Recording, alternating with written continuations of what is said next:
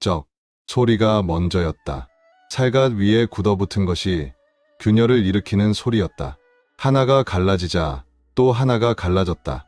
그리고 또 하나. 진무영은 그 소리들을 온몸으로 받아들였다. 귀로 듣는 것이 아니었다.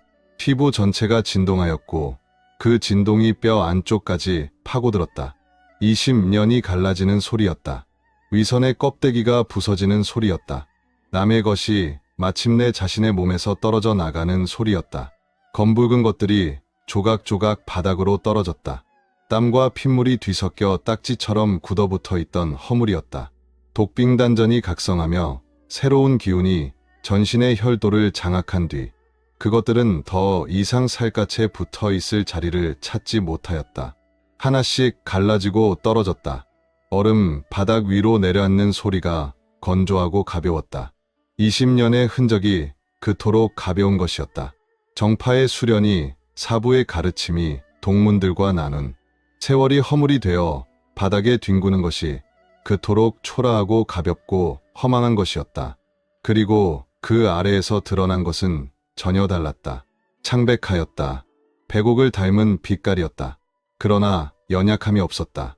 오히려 그 창백함 아래 강철 같은 밀도가 도사리고 있었다.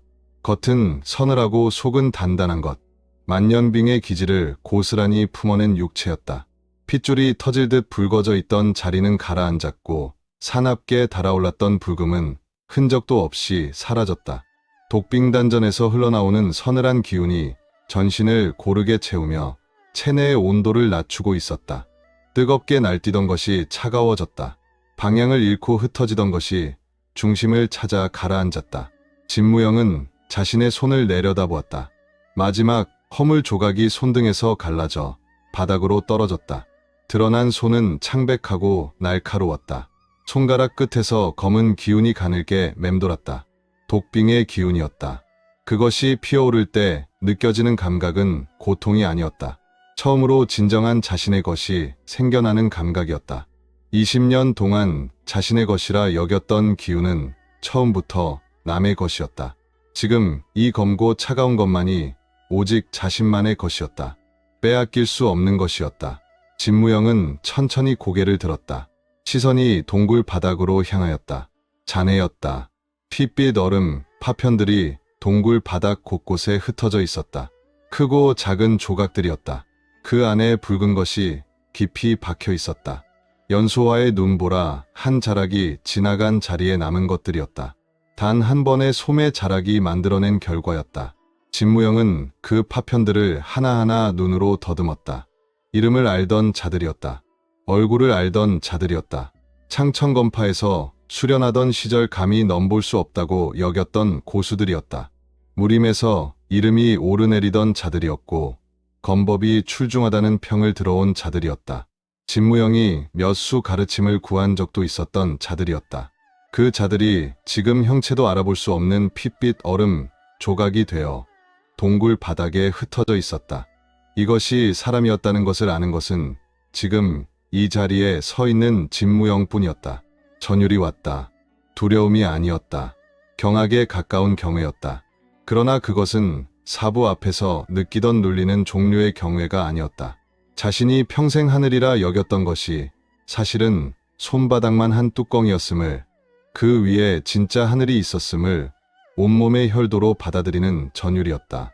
창천검파에서 최고의 고수라 일컬어지던 자들이 저 여인의 솜의 끝 하나에 이토록 허무하게 산산조각 났다. 그 사실이 뼛속 깊은 곳에서부터 진무영을 뒤흔들었다. 무릎이 바닥에 닿았다. 스스로도 의식하기 전에 몸이 먼저 움직인 것이었다. 소리가 났다. 단단한 무릎이 얼음 바닥에 부딪히는 소리였다. 진무영은 허리를 굽혀 이마가 닿을 자리까지 고개를 낮추었다. 연소와의 발치였다. 20년 동안 사부의 발치에서 수도 없이 무릎을 꿇었다. 그러나 그것과 지금 이것은 달랐다. 그것은 강요된 굴종이었고 이것은 온몸이 납득한 선택이었다. 그것은 두려움에서 비롯된 것이었고 이것은 경외에서 비롯된 것이었다. 진무영이 입을 열었다. 제게 힘을 주셨으니 이제 제 목숨은 당신의 것입니다. 동굴 안에서 그 말이 울렸다. 낮고 무거우며 흔들림이 없는 목소리였다. 20년 동안 사부 앞에서 충성을 맹세할 때 목소리 어딘가에는 언제나 공허함이 숨어 있었다. 스스로도 믿지 못하는 말을 입으로 내뱉는 자의 공허함이었다. 그러나 지금 이 말에는 그것이 없었다. 동굴 바닥에 흩어진 핏빛 잔해들이 그 공허함을 모두 지워버렸기 때문이었다. 독빙단전 안에서 이 여인의 기운이 자신의 것과 뒤엉켜 함께 박동하고 있기 때문이었다. 연소아는 한동안 내려다보았다. 그 눈동자 안에서 무엇이 움직이는지 알 수 없었다. 동굴의 냉기가 그 침묵을 채웠다. 시간이 흘렀다. 그리고 그녀의 입이 열렸다. 가서 너의 원수들을 베어라. 명령이었으나 명령처럼 들리지 않았다. 이미 정해진 것을 확인해주는 목소리였다. 낮고 서늘하며 물처럼 고요한 목소리였다.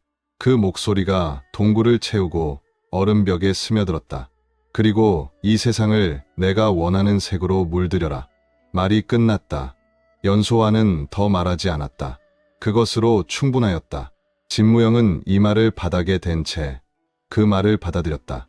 세상을 물들이라는 말이었다. 어떤 색인지 묻지 않았다. 물을 필요가 없었다.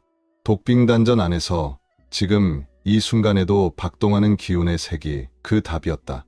검고 차가운 색이었다. 세상에 없던 색이었다. 진무영이 일어섰다. 그때 연소아가 몸을 돌리며 무언가를 던졌다. 두 가지였다. 하나는 천이었다. 눈처럼 흰 무복이었다.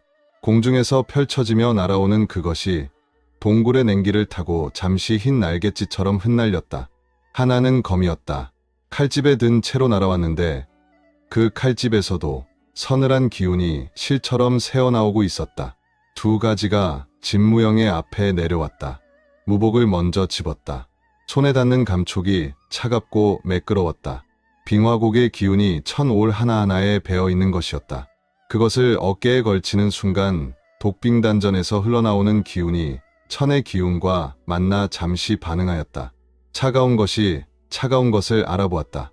무복이 창백한 어깨 위에 자리를 잡았다.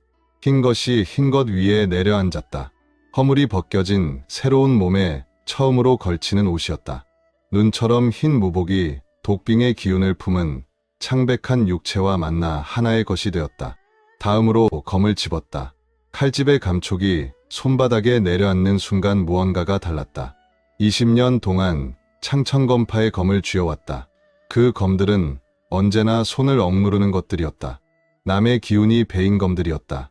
그러나 지금 손 안에 들어온 이것은 달랐다. 칼집에서 흘러나오는 서늘한 기운이 독빙단전의 기운과 손을 통해 이어지는 감각이었다. 검이 손을 받아들이는 것 같았다. 이 검이 처음부터 이 손을 기다리고 있었던 것 같았다.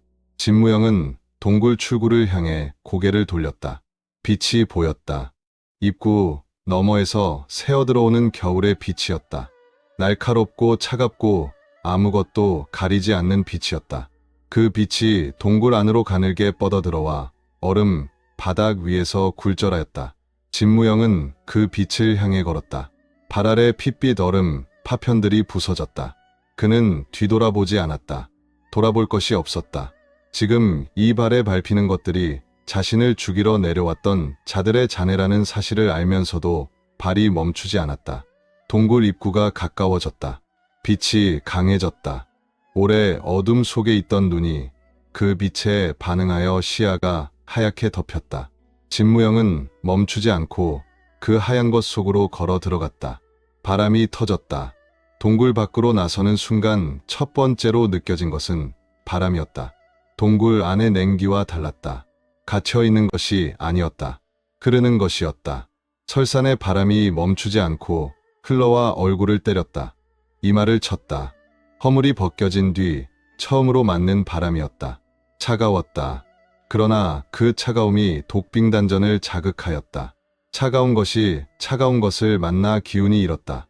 끝이 없었다. 광활하였다. 설산이 사방에서 하늘을 떠받치고 있었다.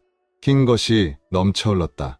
산이 산 위에 쌓이고 그 위에 또 흰 것이 덮여 하늘과 경계가 지워진 세상이었다. 하늘은 시렸다. 겨울의 하늘이 가진 그 시린 푸름이 눈이 닿는 끝까지 이어졌다. 구름이 없었다. 가리는 것이 없었다. 세상이 온통 열려 있었다. 3일이었다. 동굴 안에 있었던 시간이 3일이었다. 그 3일이 20년보다 무겁고 길게 느껴졌다. 단전을 스스로 허물었고 죽음의 문턱을 넘었으며 독빙을 맺었다. 20년의 허물을 벗고 새로운 몸을 얻었다. 그 모든 것이 저 광활한 설원 아래 동굴 한켠에서 일어난 일이었다. 그리고 지금 그 동굴 밖에 서 있었다. 살아 있었다. 진무영은 숨을 들이쉬었다. 깊이 들이쉬었다. 얼음이 가슴을 조이지 않는 숨이었다. 차갑고 서늘한 겨울 공기가 폐 안가득 들어왔다. 독빙단전이 그것을 받아들이며 반응하였다. 기운이 일었다. 혈도를 타고 흘렀다. 이전과 달랐다. 이전의 기운이 흐를 때는 언제나 어딘가에 저항이 있었다. 남의 기운이 자신의 혈도를 흐르는 것이었기 때문이었다. 그러나 지금은 저항이 없었다. 자신의 것이 자신의 혈도를 거침없이 흐르는 것이었다. 진무영은 발을 내디뎠다. 빙화곡의 가파른 절벽이 아래로 길게 뻗어 있었다. 독빙의 기운이 발바닥까지 뻗어 얼음 절벽면과 닿을 때마다 미세하게 반응하였다. 얼음이 얼음을 알아보는 것이었다. 미끄러지지 않았다. 발이 빠르게 움직였다. 속도가 붙었다. 흰 무복의 자락이 바람 속에서 힘차게 펄럭였다. 20년의 무게가 없는 몸이었다. 억누름이 없는 몸이었다. 절벽 중턱을 지나 아래로 내려올수록 시야가 넓어졌다. 설원이 펼쳐졌다. 끝없는 설원이 산 아래로 이어졌다. 그 끝 어딘가에서 연기가 올랐다. 지붕들이 보였다. 마을이었다.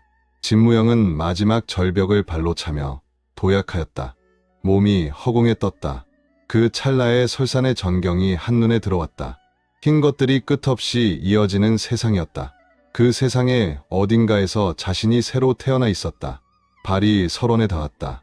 착지 않은 순간 독빙의 기운이 발 아래로 퍼져나갔다.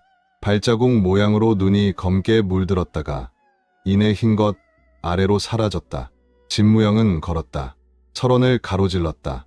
바람이 정면에서 불어왔다. 눈가루가 얼굴을 쳤다. 그는 고개를 숙이지 않았다. 마을이 가까워졌다. 인가의 윤곽이 선명해졌다. 굴뚝에서 연기가 피어올랐다.